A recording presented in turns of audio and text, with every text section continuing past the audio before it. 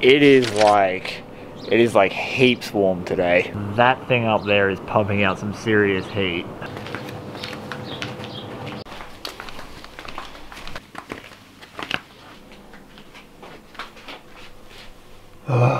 You guys remember when you could buy a game, put it in your PlayStation, turn it on and just play it and not have to download 190 extra gigabytes? Because all I really wanted to do today is play that new Call of Duty game, but instead I'm going to crush up some ore. Spotty, are you going to help me crush up this ore today? You are? Thank you. What's up guys, my name is Chris from Vo-Gus Prospecting. If you're new to the channel, a big warm welcome, and if you're an old moldy hat like this one, welcome back. Today I'm crushing a rock that I've called the Holy Trinity of Gold. It has every element in it that would suggest that the chances of gold are extremely high. But I didn't get this from a mine, I found it high banking. Normally I will pick up rocks when I'm high banking or panning that look likely. Now this particular rock in the creek that I prospect, this one here, usually yields a little bit of fine free mill gold if I crush them up. And these ones down here also have some mineralization that I find quite intriguing. However, absolutely none of that compares to this rock here. I'm calling this the Holy Trinity rock because it has ironstone, chalcopyrite, and quartz. And those three things are the things you need for gold. And when I saw it on the high banker, I was like, holy wow, we've got to take this bad boy home, smash it up and see what's in it. Because the gold that we're getting from the spot is about 50% rough, which means that we're getting a lot of stream gold, but when you look under a macro lens, a lot of it's only just popped out of the reef. And there's a reef of this stuff just upstream. If you want to crush a sample like this, you're going to need a few things. A gold pen, dolly pot, snuffer bottle, classifier. And make sure every single piece is clean, because you don't want to get mixed message results by having a little piece of gold on one of these from another cleanup.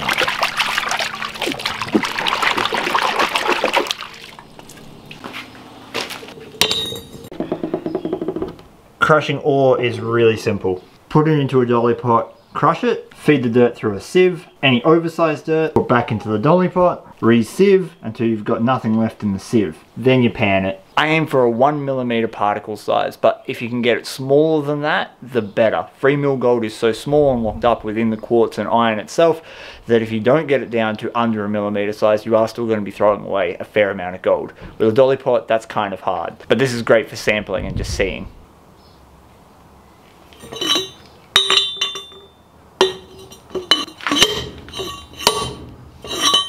That's a hard rock.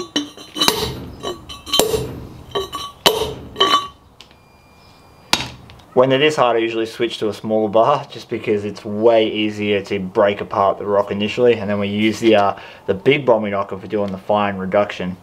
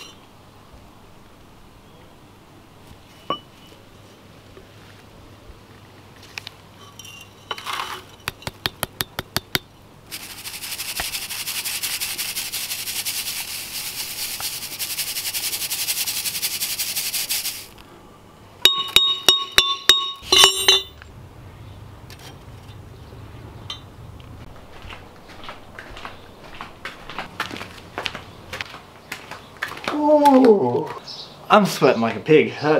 It's well over 30 degrees today. It's bad, but we've got this reduced down to powder. Now obviously I don't know if this actually is ore, but it had all the right ingredients, so that's why I took it home and crushed it. With a bit of luck, we're going to pan it down and see some colour.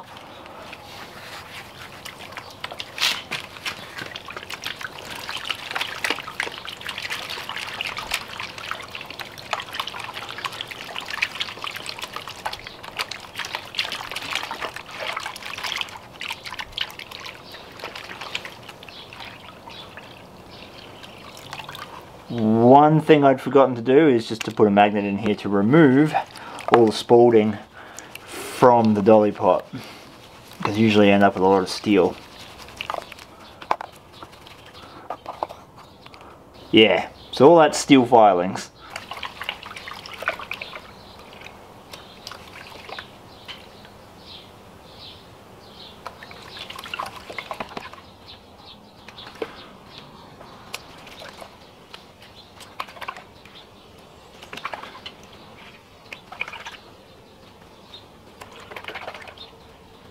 There's so much black sand in this. Whether that's tin or iron, I don't know.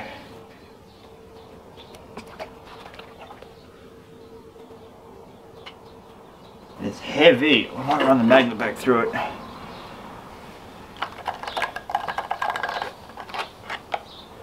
Yeah, we just pulled out heaps more filings doing that.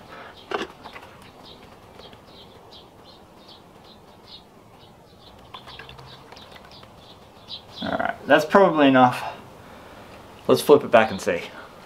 Panning down on camera is always way harder, so hopefully I get this both on camera and done correctly. So if we see gold, it's probably going to be very, very fine.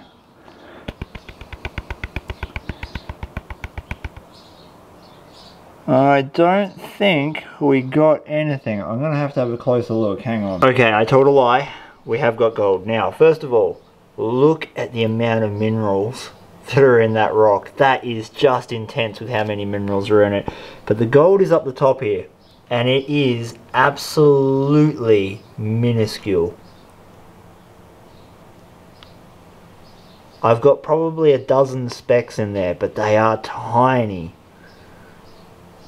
So that rock had gold in it. And I know it doesn't look like much, right? But bear with me. Back in like the 1800s gold rush, you were looking for really nice visible chunks of gold, and they were getting veins that were going 4 or 5 ounces to the ton, but they had to work really hard to get them out, so they needed that kind of richness in their vein to get good results. They could literally find a mine that was going 5 or 6 ounces to the vein and just follow that one vein. But in modern mining, they're actually looking for multiple veins in a row that are lower grade. So instead of having one vein going 5 ounces to the ton, they might have 20 veins going 4 or 5 grams to the ton. And so they can take way more ore at once and get a better result. According to Steve, the sort of rock that I just crushed up, one visible speck in a sample size like that will go about 1 ounce to the ton. So that means I've got to go to the vein system that we just found in this super rich alluvial spot and chip out some more samples. Because with the gold that we're finding in the creek, chances are they're going to be much richer pockets within this ore. So look out for those videos. I can't wait to make those videos, and if you don't want to miss out on them, please consider hitting the subscribe button on YouTube, or if you're on Facebook, the like button. Tag a mate in the description below who you think might like this video. Also Instagram. We're back on Instagram and you get to see me play with trucks. Liking that smash button is always appreciated. And until next time, please give your dog a scratch behind the ears for me. Peace, close eyes, and I am out.